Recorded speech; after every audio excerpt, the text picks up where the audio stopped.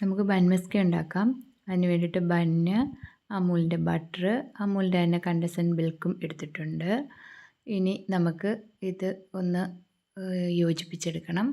അതിന് വേണ്ടിയിട്ട് നമ്മൾ ആദ്യം ബട്ടർ ഇട്ട്, പക്ഷേ ബട്ടർ കുറച്ച് കട്ടിയായിരുന്നേ. അതൊന്ന് മെൽറ്റാവണം, ചെറുതായിട്ടൊന്ന് മെൽറ്റാക്കണം. അതിന് വേണ്ടിയിട്ട് നമ്മൾ ഉള്ള പരിശ്രമത്തിലാണ്. അതൊന്ന് മെൽറ്റാവാൻ മാറ്റി വെച്ചിട്ട് നമ്മൾ ബന്ന് എടുത്തിട്ടുണ്ട്.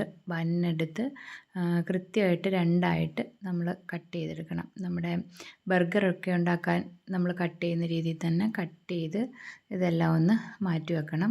അപ്പോഴത്തേക്കും നമ്മുടെ ബട്ടർ മെൽറ്റായിട്ടുണ്ട്.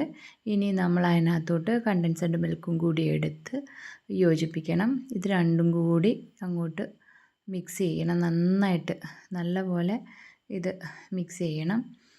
പിന്നെ അതുപോലെ സാൾട്ട് ഇല്ലാത്ത ബട്ടർ വേണം കേട്ടോ. സാൾട്ടുള്ള ബട്ടർ ആണെങ്കിൽ കുറച്ച് അതൊരു ടേസ്റ്റിന് വ്യത്യാസം ഉണ്ടാവും, അത്രയേ ഉള്ളൂ. അല്ലാണ്ട് കുഴപ്പമൊന്നുമില്ല.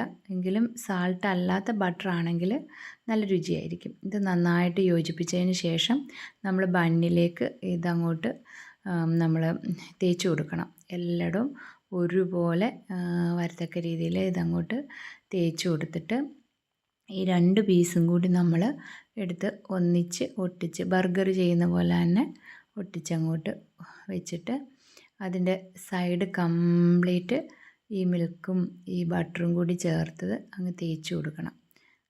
ഗ്യാപ്പൊന്നുമില്ലാതെ നല്ലപോലെ അങ്ങോട്ട് ഫില്ല് ചെയ്ത് എടുക്കണം.